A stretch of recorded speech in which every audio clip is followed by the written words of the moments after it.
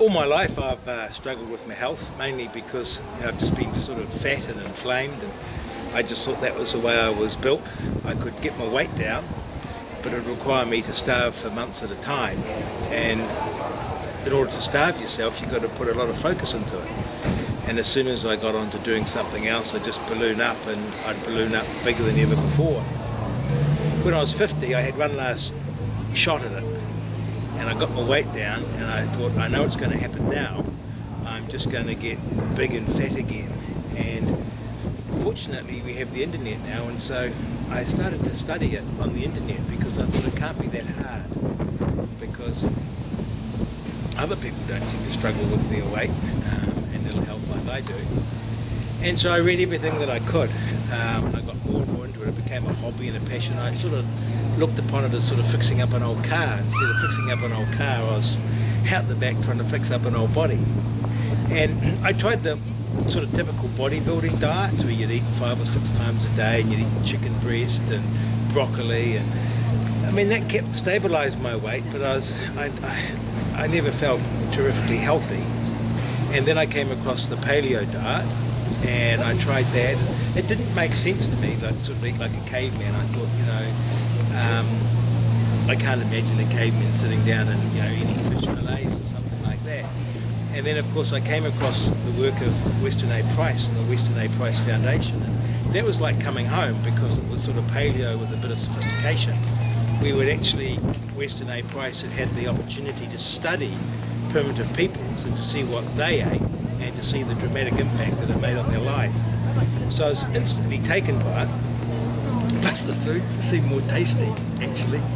And so I proceeded to get more milk, and to start eating liver, and start making bone broths, and start fermenting vegetables.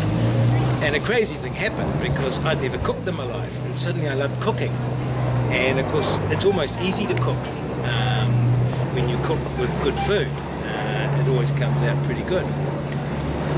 At the same time, I was newly married, and my wife naturally gravitated to the same diet that I did, and she's shown dramatic improvements, just in her health. She'd been a professional athlete, so it was shocking to her that just through a proper diet she could actually improve her health. And then we've just got a 1-year-old baby, and she's entirely Weston A. Price. And I shook a bit, because she's still being breastfed. She's just on a year, but when she was 6 months I introduced her to raw milk, and everyone tells you she's going to drop dead on the first glass. I put ground up liver, raw liver, egg yolks, and a little bit of salt, and cod liver oil. And I thought, God, that sounds so rich and devastating, but I did it. And honestly, she's different to other babies. And Sally tells me that this is the common experience of babies that are fed properly. She's never, she cries if she wants something, but she doesn't cry unnecessarily. She's very calm, she's very into life, she's just the easiest care baby ever. Just a happy, happy baby. And that has amazed me more than anything, that this diet makes such a difference. And then you think about it, it makes sense, doesn't it? So I'm a big believer in eating like our ancestors ate, because it worked for them, and that's why we're here. And if you look about us, we're not doing so good. And so we've got to learn from our old people. So Rodney, how much weight have you lost? What? Well, I lost 40 kgs at one point, and I put another 10 on, so 30 overall, and I'm still trying to get my weight down. But my thing now is it's not to concentrate on my weight, but actually to concentrate on good health. And I think being slim comes from that.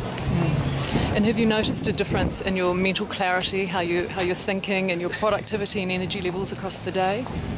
That surprises me, the impact it's had on my thinking, and I suspect I was type 2 diabetic, or very close to it, because I got to the stage where I felt my mind was always in a fog, and I couldn't remember numbers, because I couldn't remember things I just read.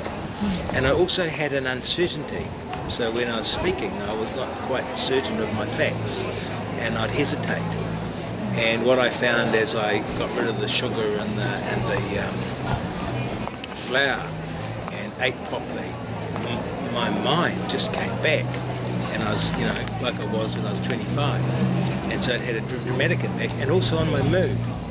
So I wouldn't get sleepy in the afternoons, and also became much more even-tempered and more able to cope with stressful situations. So diet really now is everything. It's just so crucial to get it right. And it's, funnily enough, it's not hard. What's hard is to change.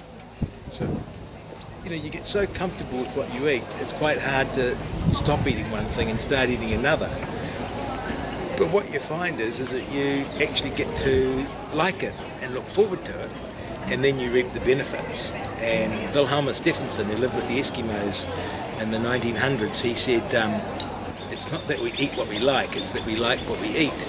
And that's been my experience. So you want to work out what you should be eating, and if you eat that, you'll come to like it. And so I love bone broths. I never would have believed that I'd eat a bone broth. I enjoy liver and other organs. I never thought I'd enjoy them. And so it's just a matter of making that effort, and then it becomes quite easy. And something else happens too, because you start to enjoy your mealtime, because you put a bit of effort into preparing it. And every time you make a sauerkraut or kombucha or kefir or a bone broth, it's slightly different. It's the opposite of a pizza. Pizza's always a pizza, but these foods are always slightly different, and so you actually get quite a bit of excitement, and then you feel sort of spiritual when you eat your food and with your family, and so it builds up better family relationships too. That proper old mealtime, like in the old days, rather than grabbing something and sitting in front of the TV. Who would you recommend this diet to? Oh, everyone.